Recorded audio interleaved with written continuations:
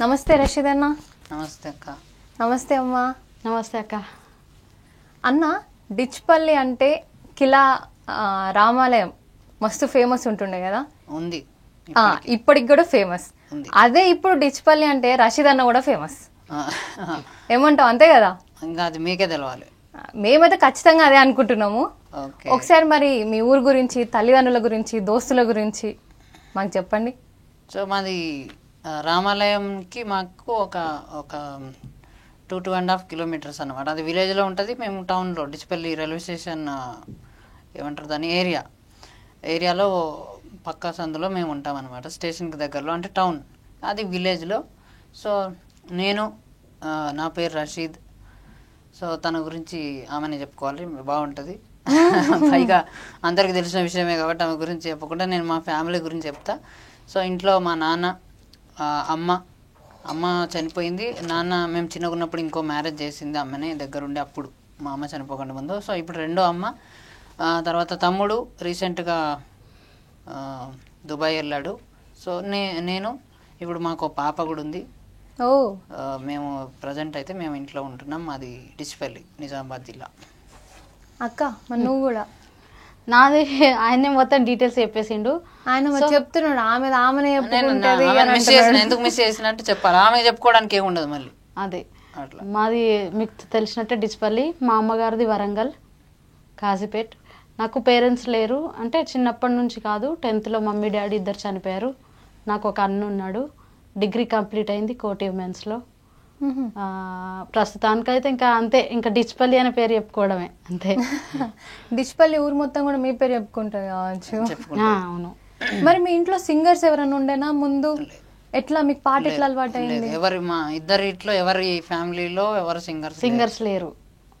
మరి మీకు పాట ఫస్ట్ అండ్ లాస్ట్. అంటే పాట ఎట్లా అలవాటు అయిందంటే, ఇట్లా నేను చిన్నప్పటి నుంచి రేడియోలో దీంట్లో విని పాడుకునేదంట. నాకు కూడా తెలీదు. సో నా టాలెంట్ని ఫస్ట్ మా స్కూల్లో, అంటే స్కూల్ చెప్పే టీచర్ వాళ్ళు, ఒకసారి మా గురువు అష్టగంగాధర్ సార్ అని, ఆయన బయట నుంచి వచ్చారనమాట. బయట నుంచి వస్తే ఈ అబ్బాయి బాగా పాడతాడు, ఒకసారి చూసుకోండి అని చెప్తే ఆయన అప్పటి నుంచి నాకు జానపదాలు నేర్పియడం, సో రేలాకి తీసుకెళ్ళడం, ఇవన్నీ జరిగినాయి. ఓకే, వినుకుంటూనే నేర్చుకున్నారు అంతే. మరి సంగీతం తర్వాత అయినా సంగీతం అట్లా ఏమైనా నేర్చుకున్నారా? స్కూల్లో నేర్చుకున్నారా? రషీద్ అన్న అంటేనే ధూమ్ ధామ్ పాటలు అన్నట్టు అనిపిస్తుంది కదా. మరి మన ప్రోగ్రామ్కి ఇంకొంచెం జోష్ రావాలంటే మీ పాటతోనే స్టార్ట్ చేద్దాం. మరి ఒక మంచి పాట అందుకో. పల్లెటూరోళ్ళం మేము కళ్ళ కపట మెరుగనోళ్ళం, మల్లె మనసోళ్ళం మేము మంచి మాటకి గరిగేటోళ్ళం. పల్లెటూరోళ్ళం మేము కళ్ళ కపట మెరుగనోళ్ళం, మల్లె మనసోళ్ళం మేము మంచి మాటకి గరిగేటోళ్ళం.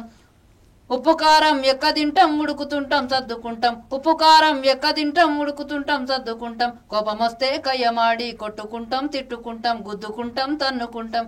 కూసులాటలు మరిసి రాత్రి కూడి తింటాం, తాగి పంటాం. పల్లెటూరి వాళ్ళం మేము కల్లా కపట మెరుగని వాళ్ళం, మల్లె మనసు వాళ్ళం మేము మంచి మాటకి గరిగేటోళ్ళం. పొద్దుగాలలేసి పచ్చదనమును చూసేటోళ్ళం, పొద్దుగాలలేసి పచ్చదనమును చూసేటోళ్ళం.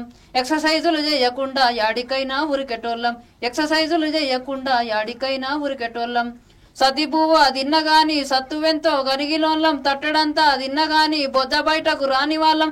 క్యాలరీలు గరగడానికి లేచి పడమటకు ఉరుకానోళ్ళం. పల్లెటూరి వాళ్ళం మేము కల్లా కపట మెరుగని వాళ్ళం, మల్లె మనసు వాళ్ళం మేము మంచి మాటకి గరిగేటోళ్ళం. ఇది మా సార్ రాసిన పాట. మీ సార్ రాసిన పాటనా? మరి ఇప్పుడు ఈ లిరిక్స్ అన్ని ఎట్లా గుర్తు పెట్టుకుంటారు, ఎట్లా చేస్తారు మరి ప్రాక్టీస్? మీరు దేవుడిచ్చిన వరం ఇది ఒకటే, దిమాక్ ఉంటే దునియా తిరగవచ్చు అనే మాట నిజమే. ఎవరు చెప్పారో తెలియదు కానీ